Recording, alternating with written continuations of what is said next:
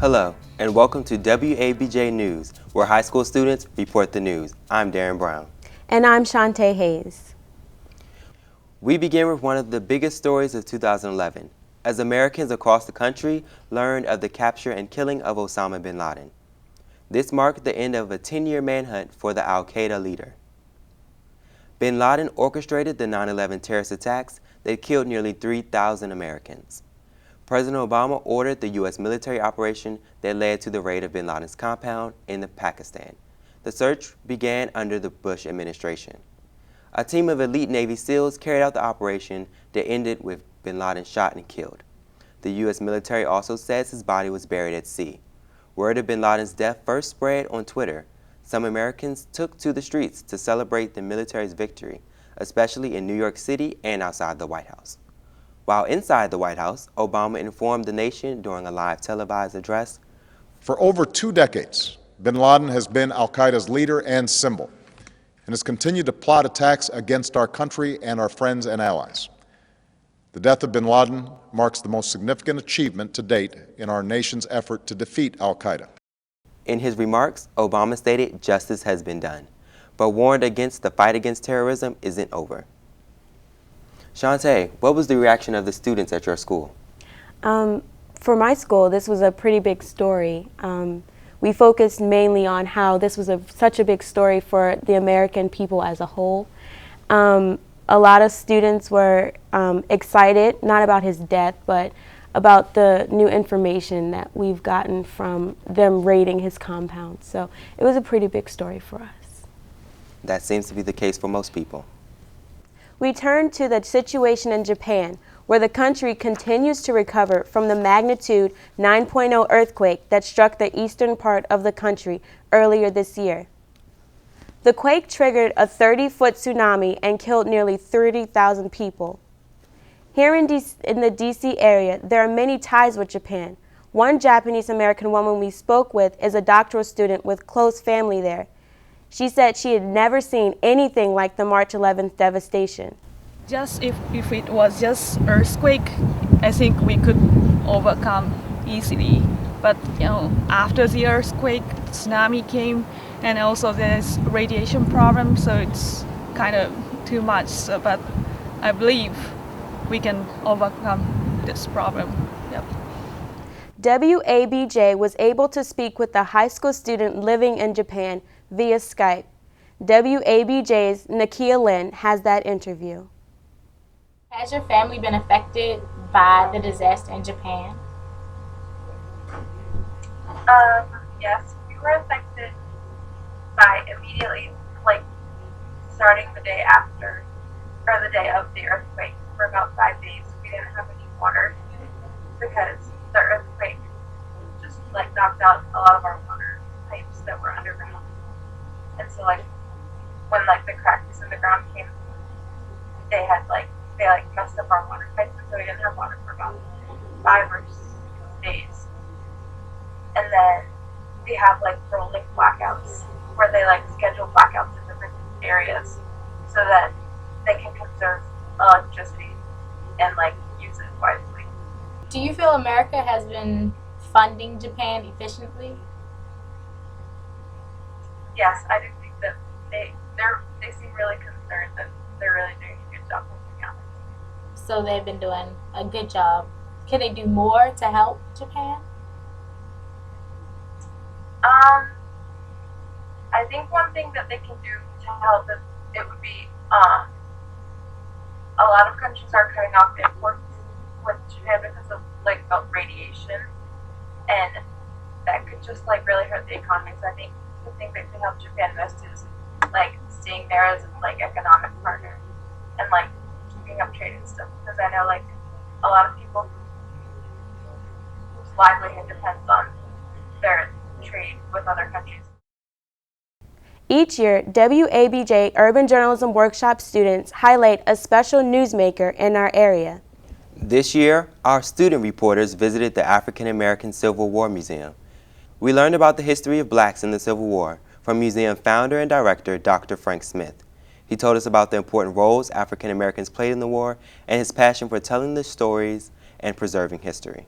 The Union in order to win the war, had to empower black soldiers, to let them in the Union Army, put them in uniform, and they helped turn the tide and help us put this nation back together as one nation, indivisible. And so that story gets left out, and what we hope is that our efforts will make them stand and pay attention and salute these guys and give them the just story that they deserve, and also that young people will see this, particularly African Americans, will see this story and be inspired. 2011 marks the 150th anniversary of that war, which split our nation. Our newsmaker wants to make sure that all of Americans will never forget the conflict. The museum just moved to its new location on Vermont Avenue in Northwest D.C., near the U Street corridor. As we know all too well, the pressures of high school can be overwhelming for students, especially for seniors. And once it's all over, they can only imagine what life is like in college. No need to wonder. WABJ's Nikay Alade shows us what to expect after the 12th grade. In high school, students have many activities going on, from extracurriculars like marching band to hanging with friends and, of course, studying for classes. But seniors have more worries, making sure they have enough community service hours, prom, passing final exams, and the overwhelming college process. And with graduation right around the corner, seniors often think about what college will be like. What are you looking forward to most about college? New experiences, getting out of my house and actually being on my own. What do you think college life is like? I think it's partially stressful, partially relaxed, and you also are more independent. I know it's not easy, but it's because like you're by yourself, but I think it's actually fun and it's exciting. So what's the best way for seniors to prepare themselves for college? Counselor Raji says, I always try to stress the importance of understanding that you are no longer in the protective cocoon of a school building. That now, instead of competing against maybe the 300 people in your class, you're going to be competing against thousands of other people from all around the country. One of the first things that I always tell them is it's important to have a backup plan, that what you expect to happen may not necessarily work out that way, that you should always, in everything you do, have a backup plan of possible alternatives for what you want. Once you get to campus, what can you really expect? College freshmen say while there is more freedom, the expectations are much higher.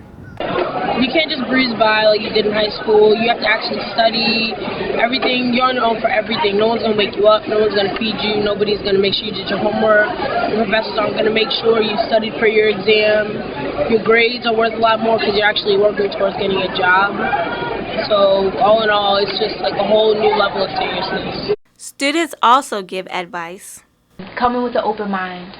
Don't come in like, oh, I'm going to hate this, or I'm not going to like that, or just come in with an open mind because you learn a lot. And the stuff you might not have thought of? Make sure you bring a lot of quarters to do the laundry. Like, that's very, like, quarters are like gold on this campus. I will fight people for quarters. You need them. Nikay Alade, WABJ News. Before we get to life after graduation, let's have some fun. Coming up on WABJ News, we're getting ready for prom. See just how much work goes into planning that special night.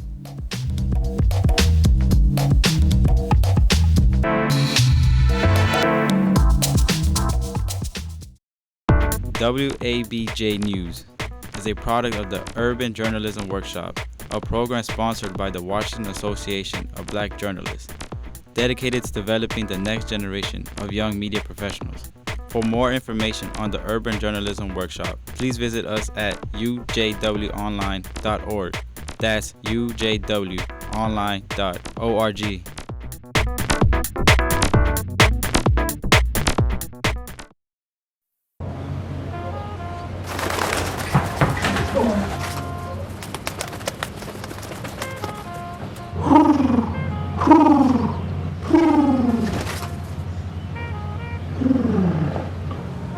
Be free. Nice, Dad. Nice, Dad. Nice, Dad. Charles! Nice, Dad. You don't have to be perfect to be a perfect parent. There are thousands of siblings in foster care who'll take you just as you are.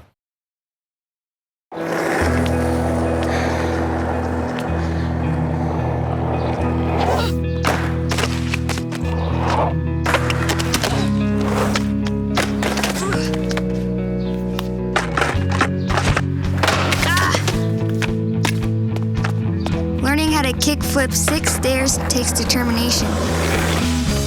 So will getting into college. I've got what it takes.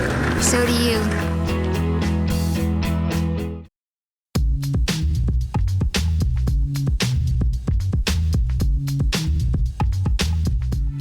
Welcome back to WABJ News. One of the most memorable moments for a high school student is prom.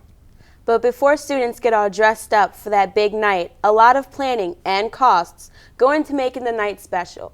WABJ's Daisha Hale is here to school us on some tips to save money on prom costs. Yes, thanks, Shante. As you know, as senior year nears to an end, the costs start to add up fast, and prom can be one of the biggest expenses.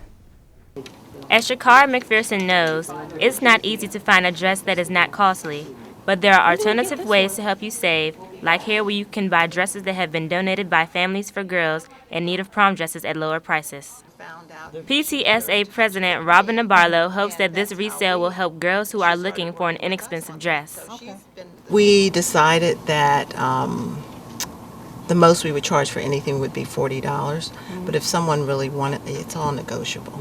So we just sort of looked and said, if this is $40, then this is $5, but it's all negotiable. A lot of the stuff is really expensive, like it's $60 for a cap and gown, and then you have to pay for a limo, and then there's graduation tickets, finding a prom dress, senior banquet dress, graduation dress, class ring, class pictures, whatever field trips they might ask you to go on or whatever. It's just starting to add up, really. I think it's helping out a lot because there's a lot of kids with financial needs, and it's right around the time where you start having to pay deposits for college. And I know I got accepted into one of my universities, and it's like $500 as a down payment. And then $500 could definitely pay for graduation tickets, a dress, a limo, and all that other type of stuff. So coming here and just finding a dress for $5 or $10 is like a weight off of people's shoulders. So looking through all the prom dresses, did you see anyone that particularly caught your eye? That one right there. I'm probably too short for it. It's like a lot of volume, but yeah, if I were to pick one, it would probably be that one. So you can still make prom night one that you will never forget, save money, and look great doing it. Daisha Hale, WABJ News. So Daisha, since you know all the tips and tricks, how did you save money on prom? Well, actually, I went to a store called Little Miss Bridal, and I tried on a dress that was my perfect size, and it was half the cost of my original dress that I wanted. That's great. Sure it is. Facebook, Twitter. You may use them just for fun, but businesses are also using the social websites to screen potential job candidates. I talked to professionals who say, be careful what you post today because it may affect your chances of landing a job in the future.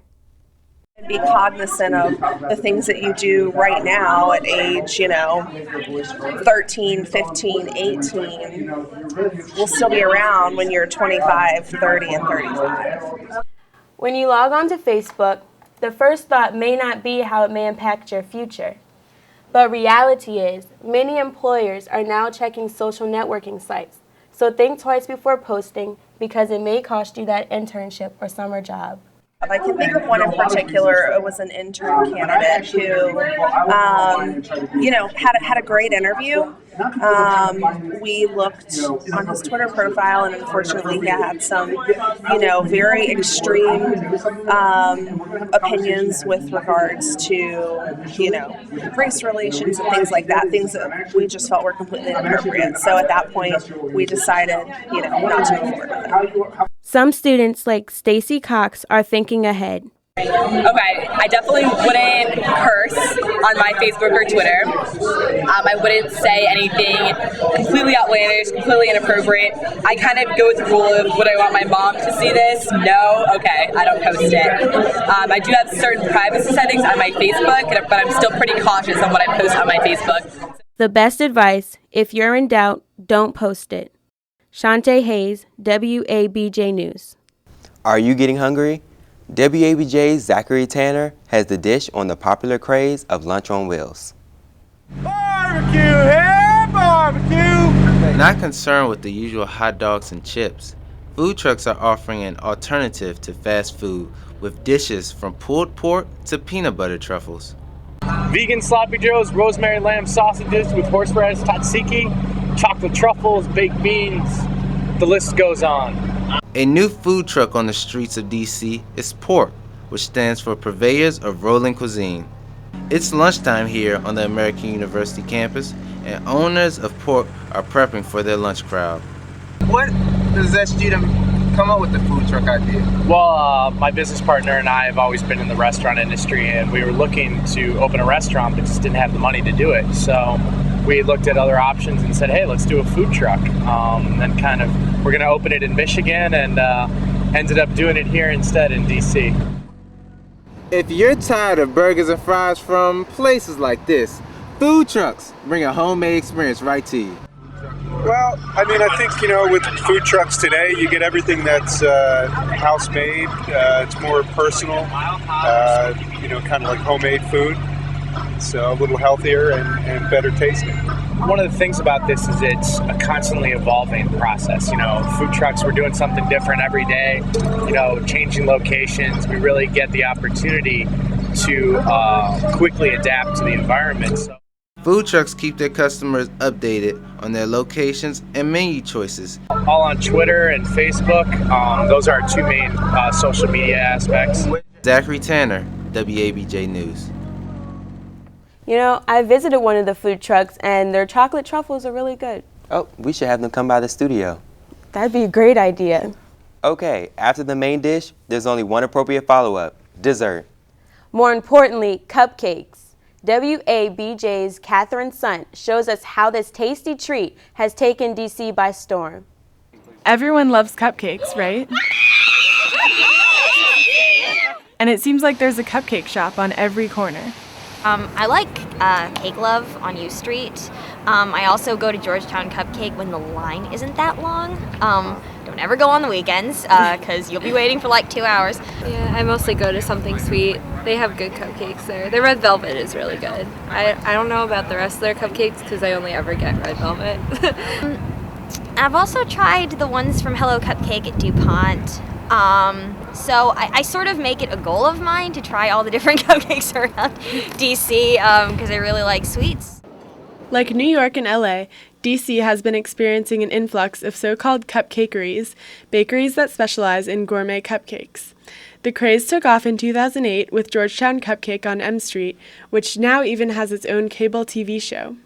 Here, locals and tourists alike are willing to wait in lengthy lines for more than an hour for a sweet treat. The reason we're here is because of the show, pretty much, I guess. We drove up from Florida on Wednesday, and she told me, I needed to stop by here because it's famous, it's on TV. And I know I've seen it a few times, but mainly I'm here to get her a box. Okay. Right down the street is Baked and Wired, where the lines may be shorter, but its fans are just as loyal. Well, I actually tried it for the first time a few weekends ago, and it's a lot less overrated than other cupcake places in Georgetown. So it's just as good, and they have bigger cupcakes than most places, so it's a good place. Even in a down economy, people are still flocking to DC cupcake shops in full force, and shops are turning a big profit. My colleague Darren has more on the economic side of cupcakes. It's no secret, times are tough. Still, many people are finding ways to squeeze their favorite treat into the budget. Tracy Wilson, the manager at Red Velvet, says it's not unusual to see people cutting corners to buy a cupcake or two.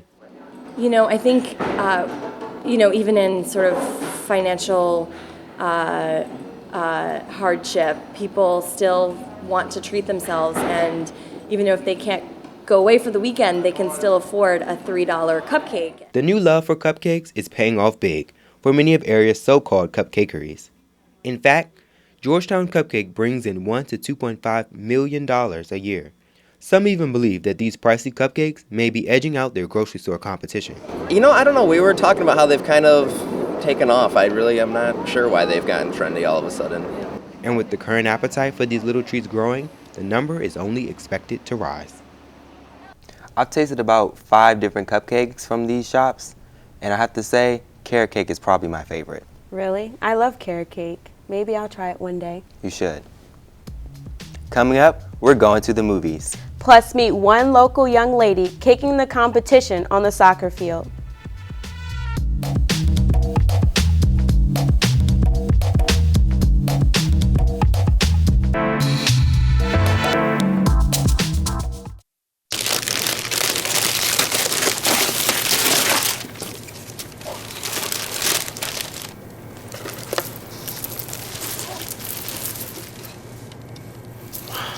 I remember how much you said you liked mine. Oh.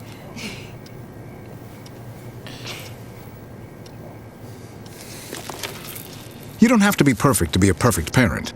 There are thousands of siblings in foster care who'll take you just as you are.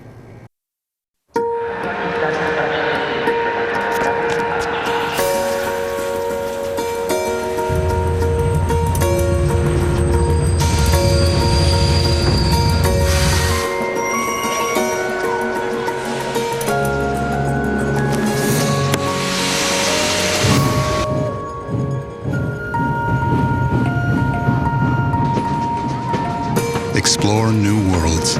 Read. Visit literacy.gov.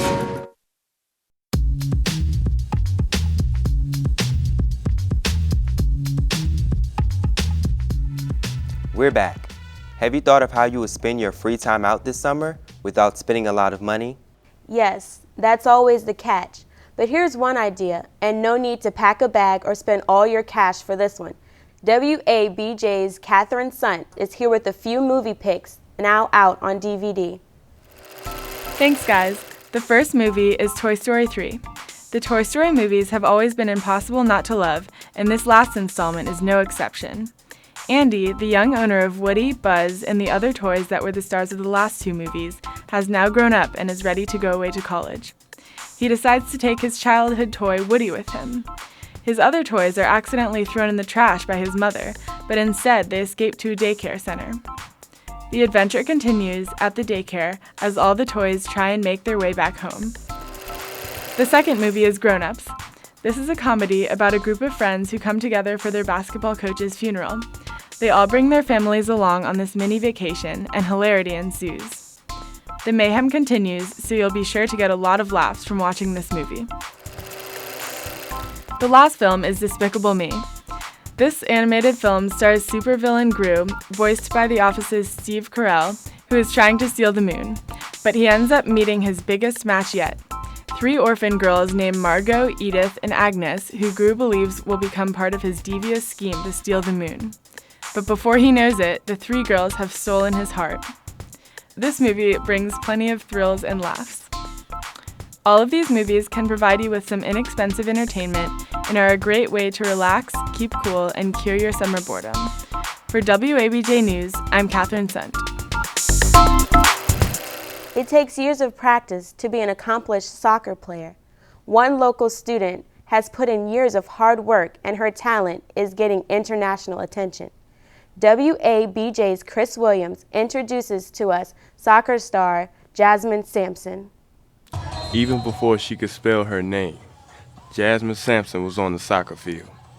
Every day, Sampson's father, who played pro soccer in Trinidad, would run drills with her in the front yard, at area parks, and just about anywhere they could.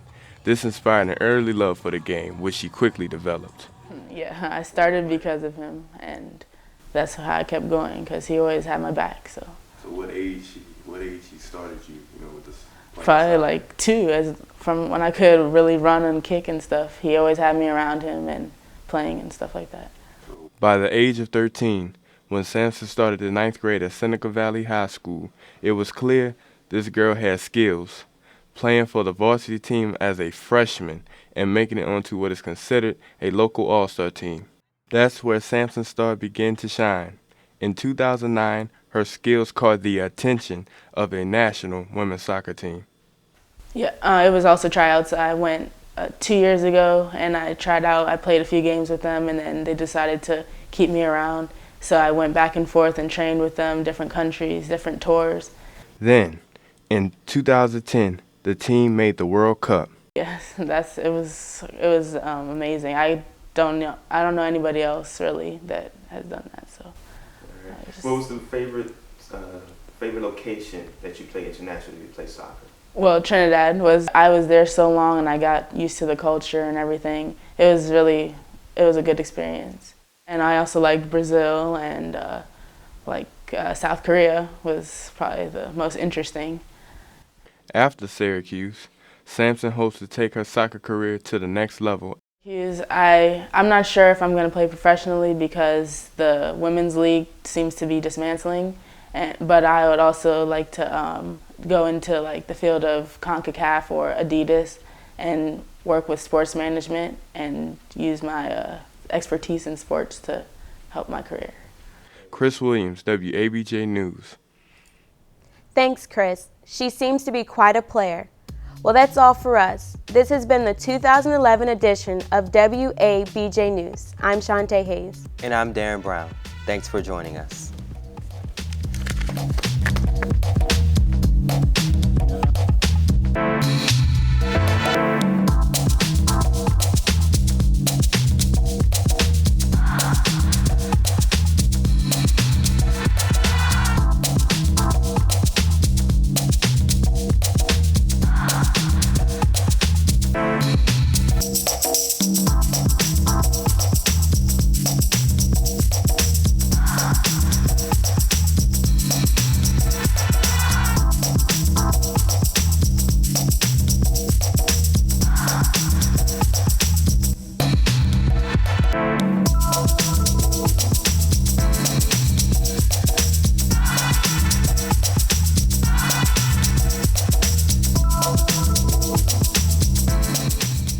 WABJ News is a product of the Urban Journalism Workshop, a program sponsored by the Washington Association of Black Journalists, dedicated to developing the next generation of young media professionals.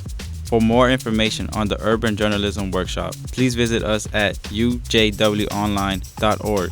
That's ujwonline.org.